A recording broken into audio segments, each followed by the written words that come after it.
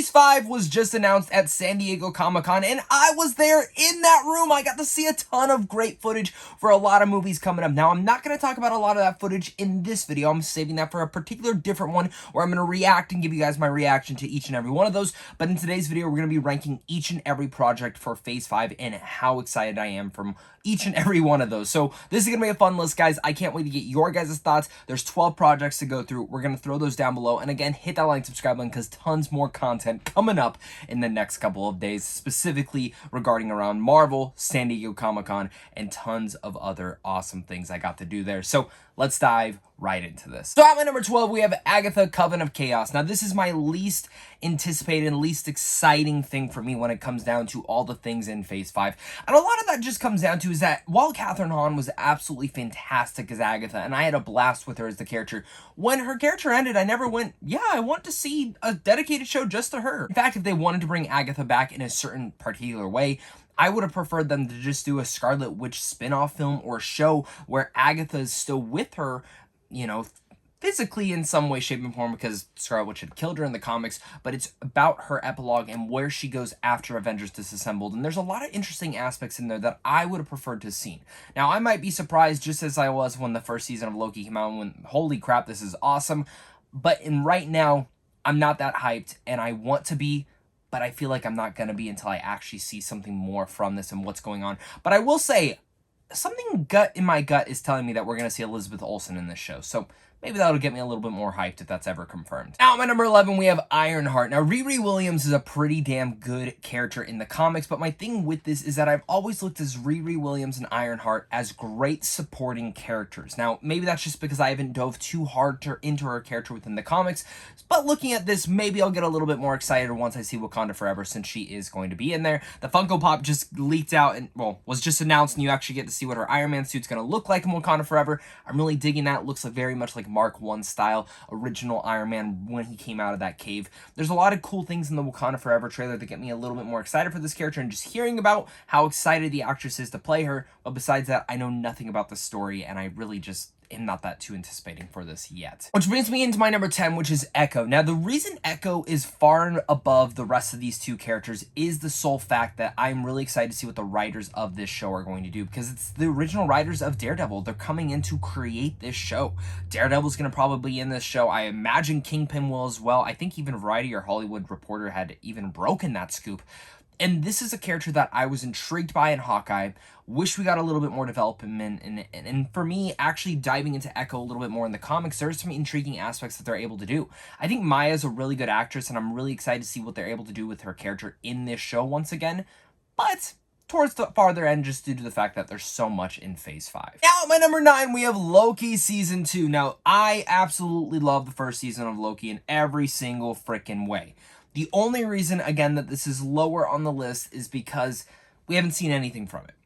And even though with the ending and the indicator of what's going on in Loki Season 2, clearly the next time we see Kang is going to be in AntMan and the Wasp Quantuamania. So I'm curious to see if those two correlate in any sort of way, or if Loki's kind of more be on the back end and dealing with everything in that nature. In general, from there, though, I think Loki is going to be another fun season, but can they replicate the lightning in a bottle that they had with the first season? At least for me, we'll have to see. Now, at number 8, we have Captain America New World Order. We literally have known nothing about this besides the release date, and for me, just in the easiest manner to say, I'm excited for this because I love Anthony Mackie, and I'm so happy that he is getting his own front Captain America film.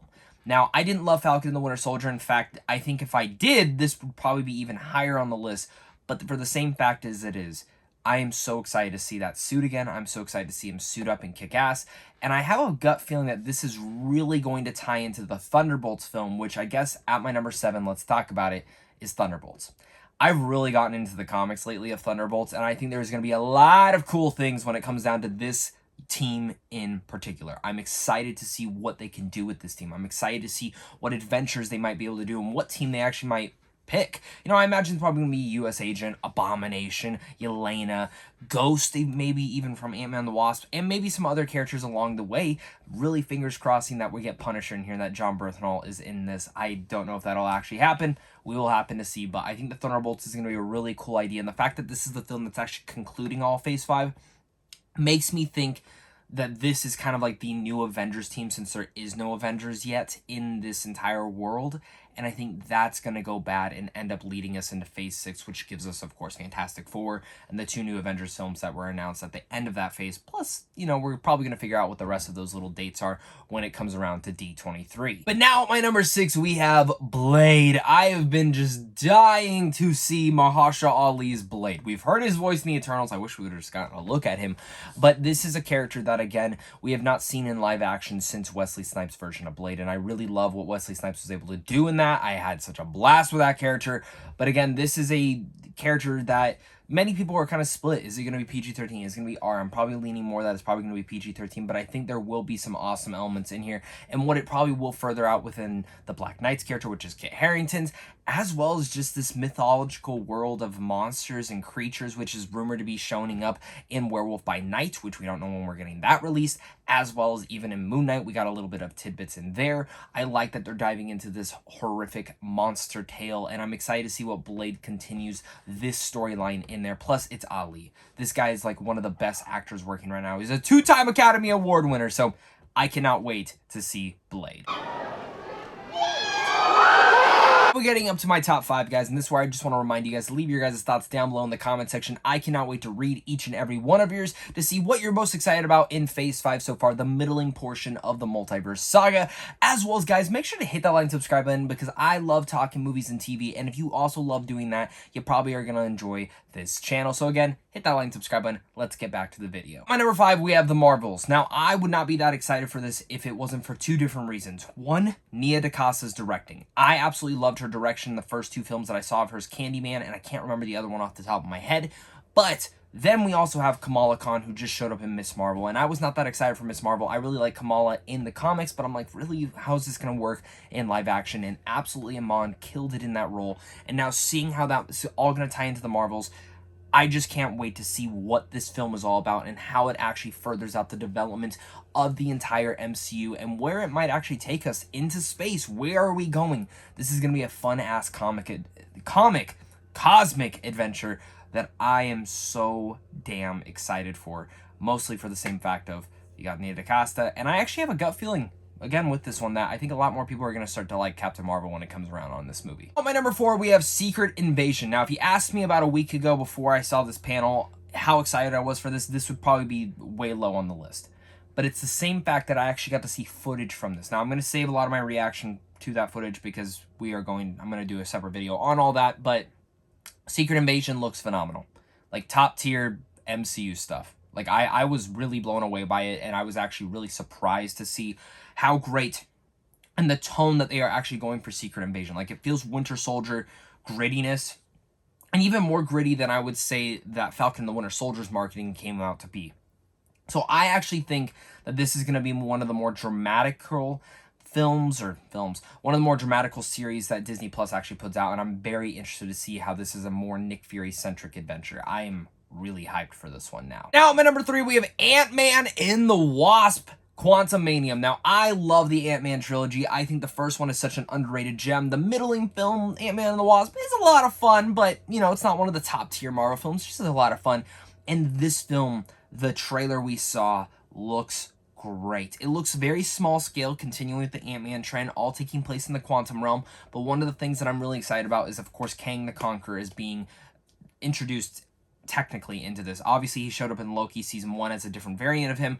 This time we are getting the actual Kang the Conqueror, and I think this is only going to further out and develop what is going to be happening. I think the stakes are going to be higher. I think this is really going to start everything in motion for what is going on. And in a sense, everything has kind of been leading up to this multiverse saga, but I think this is really what's going to kick it off, and I cannot wait. Plus, Cassie Lang, I can't wait to see it. If you guys saw that poster, she does have that purple suit, and I can't wait to see her suit up. We're getting to my top 2, and at my number 2, we have Daredevil Born Again.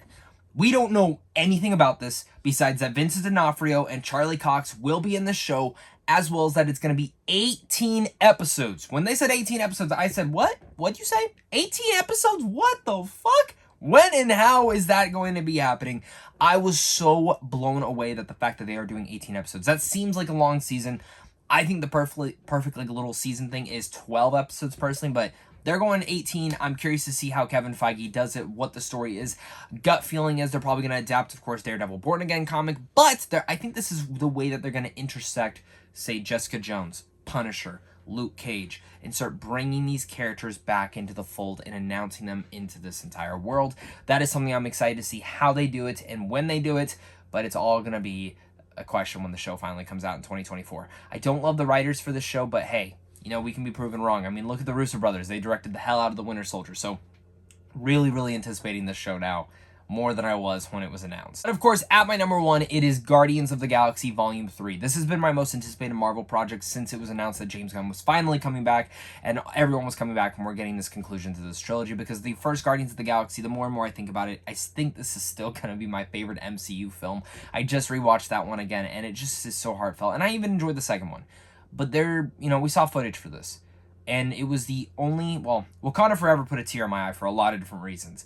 But when it comes down to the characters that I very much relate to the most and the characters that I very much feel like I've gone on this journey with, Guardians of the Galaxy Volume 3 put a tear in my eye because it really brought to life. It showed where Gamora is now, what's going to be going on with that character, who is the villain, what's going on with Rocket, with this is showing his origin and everything like this. Adam Warlock we get a glimpse at. This just looks to be the epic finale that we all want to see from the Guardians of the Galaxy. And James Gunn confirmed that this is it for a majority of the people on this team. Doesn't mean they're all going to die. He prefaced that, but I'm really excited to see where this emotional journey takes me, and I'm so damn God, that trailer was great. I can't wait for all you guys to see that footage. Guys, that's going to be all 12 Marvel projects for Phase 5 that I'm most excited about. I am not introducing or putting Phase 6 yet because I have a feeling we're probably going to get the announcement of every single one of those things at D23, so look forward to that video coming up very soon on, in a couple months when D23 actually happens. I'm going to be covering every single one of those, and of course, look forward to a lot more San Diego Comic-Con coverage as well. Reactions to all the trailers I saw, reactions to just in general